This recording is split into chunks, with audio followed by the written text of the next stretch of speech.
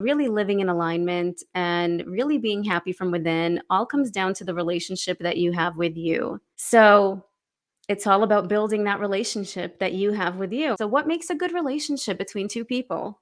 What makes a good relationship? Honesty, transparency, being there for someone when they're struggling, letting them know that you're there no matter what, being there for them in times of need, showing compassion, showing love, showing respect, honoring their needs.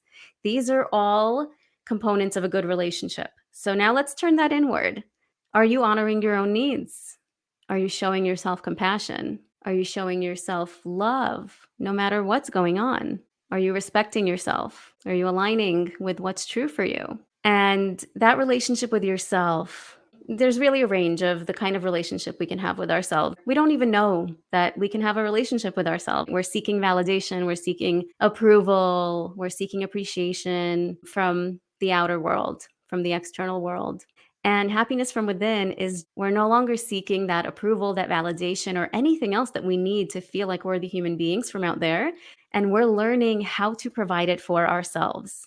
And it doesn't mean that we don't engage in loving, nurturing relationships with other people or that we don't lean on other people for support, but it becomes less of a need and more of a want. I want to have people around me, but I know how to provide for myself. I know how to provide love for myself. I know how to be there for myself in moments of need. I know how to nurture myself. I know how to be that loving parent to myself that maybe I didn't have when I was growing up. We each have that opportunity to create a loving, nurturing inner world based on how we relate to ourselves in each moment of any day.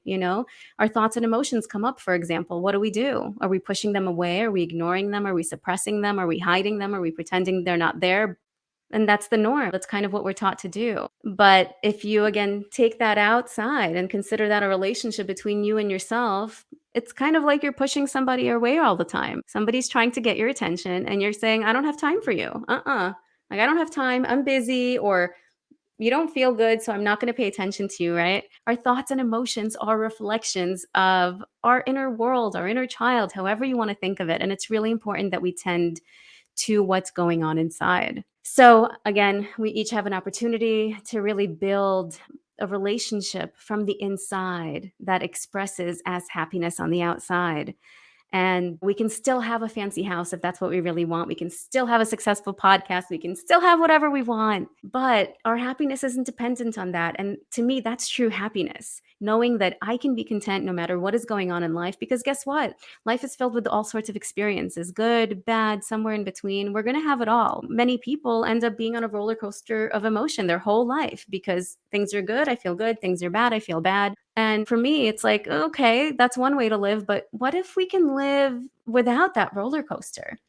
And that comes down to that relationship that I explained. If we can create that nurturing, loving relationship, that happiness from the inside out, we no longer have to be on that roller coaster.